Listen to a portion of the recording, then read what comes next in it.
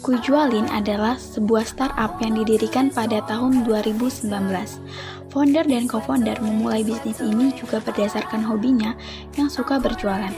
Sejalan dengan berjalannya waktu, founder Kuijualin pun memutuskan untuk membentuk suatu startup yang dimana mereka berperan sebagai pihak ketiga. Ini dilakukan mereka secara manual selama 3 tahun.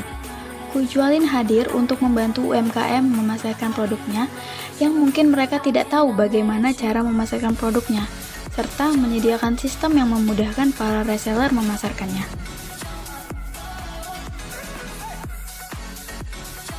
Nah, inilah dia beberapa mitra yang berhasil di Kuijualin.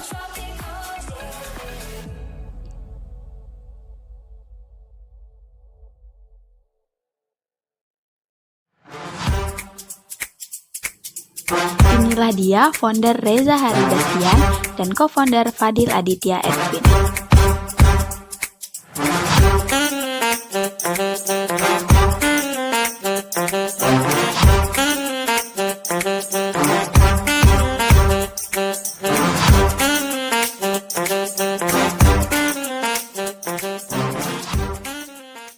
Assalamualaikum warahmatullahi wabarakatuh. Halo semuanya. Nah, saat ini aku dan teman-teman dari kelompok 24 sudah berada di rumah founder Kuijualin nih.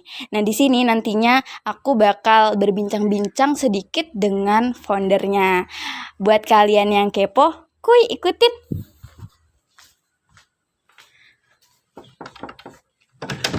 Halo, dari mana nih? Selamat siang, Bang. Selamat siang. Kami dari mahasiswa UIN Suskaryau mau berbincang-bincang sedikit nih sama Abang. Boleh dong ya. Silakan masuk. Ya teman-teman masuk ke dalam.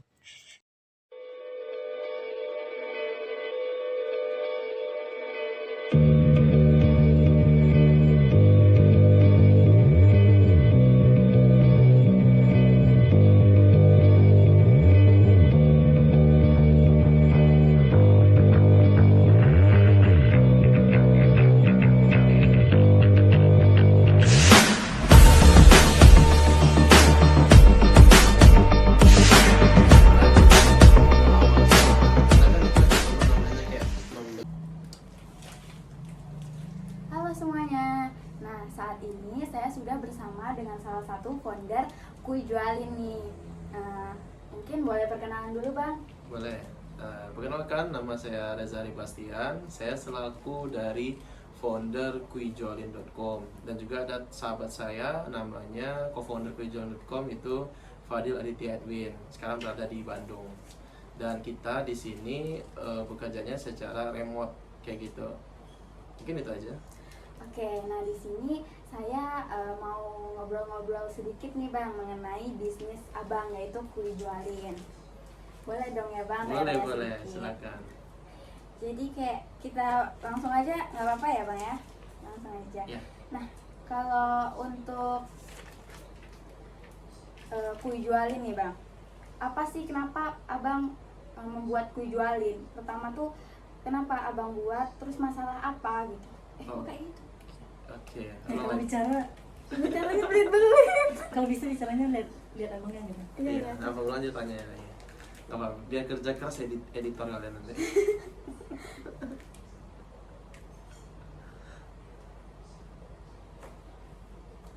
Nah, jadi kan Abang ini kan memulai bisnis tuh pasti nggak langsung memulai gitu aja ya kan, Bang? Pasti ada kayak masalah yang harus dipecahkan. Nah, kalau di startup ini masalah apa yang dipecahkan oleh startup ini? Oke, baik. Sebelumnya juga terima kasih ya kepada teman-teman nih, Reni, Rina sama Rini. Iya. Nah, ya. Yang telah datang ke tempat kami ya, tempat saya di sini. Semoga dengan adanya ini juga bisa membangkitkan semangat lah dari entrepreneurship ataupun startup yang ada di Pekanbaru seperti itu. Karena kegiatan ini sangat positif banget. Karena belum pernah nih ada seperti itu. Nah, jadi untuk Kuijualin sendiri itu hadir berdasarkan dari keinginan kita gitu. Jadi Kuijualin itu hadir untuk membantu para supplier yang mungkin tidak punya waktu untuk memasarkan produknya ya, tidak punya ilmu untuk marketingkan produknya, untuk lakukan produknya ya, menjual produknya. Dan juga di sisi lain ada orang-orang yang nggak sempat nih membuat produk, nggak sempat nih untuk riset produk, nggak sempat juga untuk mengemas atau mengirim produknya ke kurir seperti itu, dan juga tidak ada ilmu juga untuk menjualkannya. Makanya dengan hal tersebut Quijolan hadir untuk membantu sebagai jembatan di tengah-tengah yang membantu antara supplier agar bisa terjual produknya sehingga mereka fokus produksi. Kemudian adanya dari orang-orang yang nggak ada biaya yang cukup tinggi ya, tidak ada waktu untuk packing, tidak ada waktu untuk riset produk, mereka sudah diajarkan juga ilmunya. Nah, situlah mereka dibantu oleh Quijolan. Mungkin itu singkatnya. Oke. Nah, itu tuh apakah masalah dari foundernya sendiri atau melihat dari masalah orang lain? Itu dari saya lihat masalah di masyarakat sih saya lihat, karena juga alhamdulillah kan saya tergabung di berbagai macam UMKM ya se-Indonesia gitu ya. Karena dulu saya sebelum saat ini berfokus di Riau, saya dulu tuh memang aktif di Indonesia UMKM-nya. Saya ikut di berbagai komunitas, saya ikut juga di berbagai kegiatan instansi juga pemerintahan maupun swasta. Saya melihat dari UMKM itu selalu mempermasalahkan tentang bagaimana pemasaran kami tidak tahu nih cara memasarkannya, apalagi Pekanbaru. Teman-teman kalau saya tanya pasti bingung, tempat untuk cari oleh-oleh di Pekanbaru di mana? Pasti nggak tahu kan? Mungkin kebanyakan bilang pasar bawah, kalau kalian Pekanbaru ya, kayak gitu. Yang lainnya nggak tahu nih mau cari pasar, mau cari produknya itu di mana. Nah, disitulah keresahan yang muncul pertama secara offline ya. Kemudian juga yang kedua, saya sudah keliling-keliling, banyak juga orang yang tidak bisa menjualkan produknya karena nggak punya ilmunya ya gitu, nggak ada ilmunya, sehingga juga ya mereka udah capek produksi dari pagi sampai malam, produksi kapan belajar marketingnya kayak gitu kan. Dan kebanyakan juga dari mereka itu adalah mengandalkan dari orang terdekat atau keluarga. Sangat jarang sekali bisa meng-hire atau menggaji karyawan. Kenapa? Karena membutuhkan biaya kayak gitu kan untuk menggaji mereka, sehingga pakai keluarga, dan keluarga itu juga pemahamannya masih kurang. Nah, kemudian adanya nih yang tadi juga anak-anak ataupun mahasiswa. Saya dulu mahasiswa juga kan, sama seperti kalian tuh nggak ada nih uang tambahannya lah, nggak ada istilahnya gimana mendapatkan uang tambahan kayak gitu kan ya. Dengan cara jualan-jualan itulah bisa membantu. Nah, dari situlah kan butuh ini ya, jalan pintas, istilahnya shortcutnya itu apa. Makanya itulah saya namakan itu adalah, kami namakan Quijolan. Jadi yuk jualin apa, produk orang gitu loh. Berarti nanti yang join ke situ cuma tinggal promosi ini aja. Tinggal promosi aja. Kita sudah siapkan bahan belajarnya, kita sudah siapkan bahan promosinya, video, copywritingnya, content writingnya, desainnya juga, semuanya lengkap kita sudah siapkan. Jadi mereka tinggal promosi aja setiap harinya seperti itu. Jadi enak banget ya Bang ya. Tinggal yang penting punya handphone aja udah bisa. Iya, handphone, tethering kawan kalau nggak ada paket misalnya gitu kan. Nah, udah selesai. Atau wifi di cafe selesai. Gitu. Nah, untuk modal awal Abang nih ngebangun bisnis ini tuh sekitar berapa? Waduh, dibilang modal bahkan nggak ada modal. Mungkin modalnya bukan dalam bentuk duit malah saya dulu ya. Jadi modal dulu tuh dari HP yang dia punya ya, HP pribadi. Kemudian kan yang kedua adalah ya tentu ya, saya dulu nggak dari paket malah dari wifi itu. Saya kan kampus ada wifi tuh, manfaatkan itu. Kemudian kan saya dulu tuh memang nggak ada dimodalin sama sekali, sehingga waktu itu memang saya jualin produk orang ya, kan saya jualan juga produk-produk orang. Plus saya juga dulu tuh waktu kuliah jualan gorengan keliling. Jadi saya kuliah tuh dari hasil jualan gorengan. Saya sarjana nih dari jualan gorengan. Nah, dari hasil itu saya sisihkan, itu saya jadikan untuk modal awal saya lah. Karena kan itu udah perlu namanya kayak membeli sistem apanya lah ya, agar bisa mandiri. Bahkan dulu tuh saya nggak seperti sistem sekarang. Kalau sistem sekarang udah bagus banget ya, karena juga udah ada modalnya cukup. Kalau dulu itu semuanya semi manual, jadi mereka tuh tidak ada di sistem secara full, tapi mereka itu hanya tergabung di WhatsApp. Saya kerjasama sebagai distributor, mereka pasarkan. Nah kalau dulu kayak gitu, seperti itu sih. Nah, kalau untuk investor, ada nggak investor yang udah invest di kue jual ini? Alhamdulillahnya nggak ada ya, nggak ada sama sekali ya. Oh, belum. Belum ada Belum, gitu mungkin ya. belum. Karena juga kita ngerasa kayaknya belum butuh kali lah kayak gitu, karena juga kita mikirkan ke depannya kan sekarang ini masih bisa kita handle aja, karena kalau nanti pakai investor itu istilahnya ada keterikatan yang sangat kuat kayak gitu loh.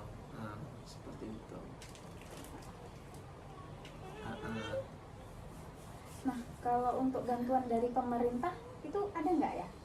Kalau pemerintah sama juga tidak ada ya, Oh, belum tidak ada, ada. belum ada, karena kita semua sih bergerak mandiri sih, bergerak memang semuanya serba tidak ada dibantu sama sekali lah kayak gitu. Oke.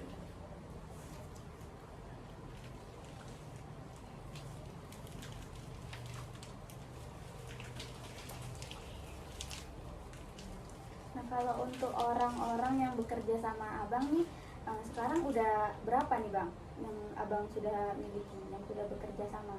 Kalau yang apa ya, reseller atau apa itu sih sebenarnya udah banyak ya, ribuan orang tuh sudah sebetulnya udah banyak sebenarnya. Bahkan dulu dari zaman dulu ya, beberapa tahun yang lalu itu sudah banyak orangnya kayak gitu.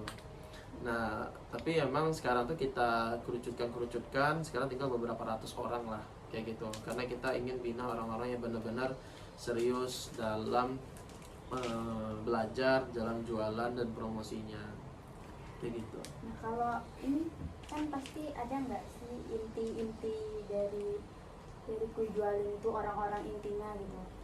Bisa disebutkan bang? Orang-orang intinya sih kayak saya sebenarnya semua serba remote ya, jadi ada tim desain saya juga ada di Makassar, ada Sulawesi kan, terus juga tim saya tadi saya bilang co-founder juga pada Entertainment itu di Bandung, Jawa Barat kayak gitu kan.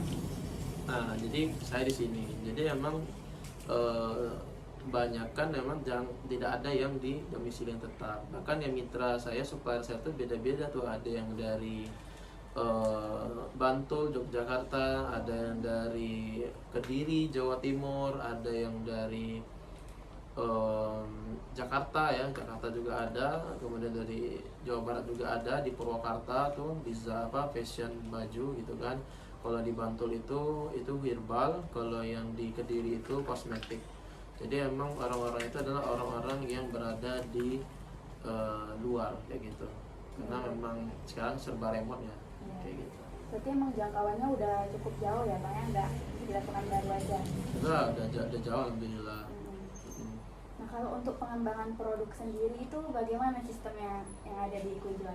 Kalau Kuijual ini kan sebenarnya apa ya, lebih kepada sistem ya, sistem yang membantu ya untuk mengoperasikan produk, mempromosikan barang, mempromosikan brand juga. Jadi kita nih lebih pengembangan itu pengembangan dari sistemnya. Kayak dulu saya hanya bersifat manual, semi manual. Nah, saya upgrade tuh bersama tim saya juga itu ke dalam sistem penjualannya, ada membership atau tempat membernya, orang-orangnya. Kemudian yang berikutnya itu dari sistem seperti bagaimana pengembangan pembelajarannya. Selama ini ya lewat Zoom aja, lewat live doang gitu kan. Sekarang sudah kita bisa simpan live-nya itu, mereka bisa nonton kapan saja. Bahkan ada materi-materi pembelajaran yang bisa dipelajari seperti itu.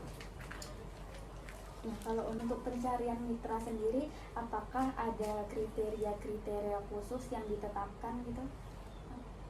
Kalau kriterianya tentu ada ya. Yang pertama dari kesiapan dari mitra itu ya, supplier ya. Sini mitranya ke supplier dulu ya. Atau dengan reseller? Sama aja, dua-duanya juga. Sama aja boleh. Kalau dari supplier itu kita ketetapannya adalah supplier yang mampu mengirim minimal banget Indonesia, karena kita targetannya ke seluruh Indonesia. Kedua, nggak mesti harus di Jawa sih. Kenapa kemarin itu kita prioritas di Jawa? Karena untuk ongkirnya lebih murah Kalau tempat lain bisa aja tapi ongkirnya lebih mahal kayak gitu, tapi nggak ada masalah domisili.